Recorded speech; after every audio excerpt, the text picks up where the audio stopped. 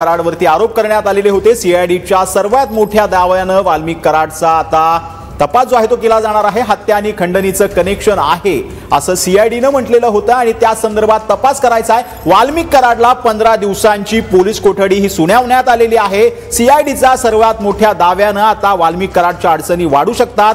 हत्या आणि खंडणीचं कनेक्शन आहे। सीआयडी अधिकाऱ्यानं हा मोठा दावा केलेला होता आणि यामध्ये वाल्मिक कराडचा तपास जो आहे तो करायचा आहे। सीआयडीच्या सर्वात मोठ्या दाव्यानं आता कराडचा पाय खोलात गेलाय का हे देखील पाहणं महत्त्वाचे ठरणार आहे। आता या संपूर्ण प्रकरणाचा तपास जो आहे तो केला जाणार आहे। वाल्मिक कराडला 15 दिवसांची पोलीस कोठडी सुनावण्यात आलेली आहे। सीआयडी कडनं आता हा संपूर्ण तपास जो आहे तो केला जाणार आहे आणि खंडणी आणि हत्या प्रकरणामध्ये नेमकं कनेक्शन काय आहे हे तपासलं जाणार आहे।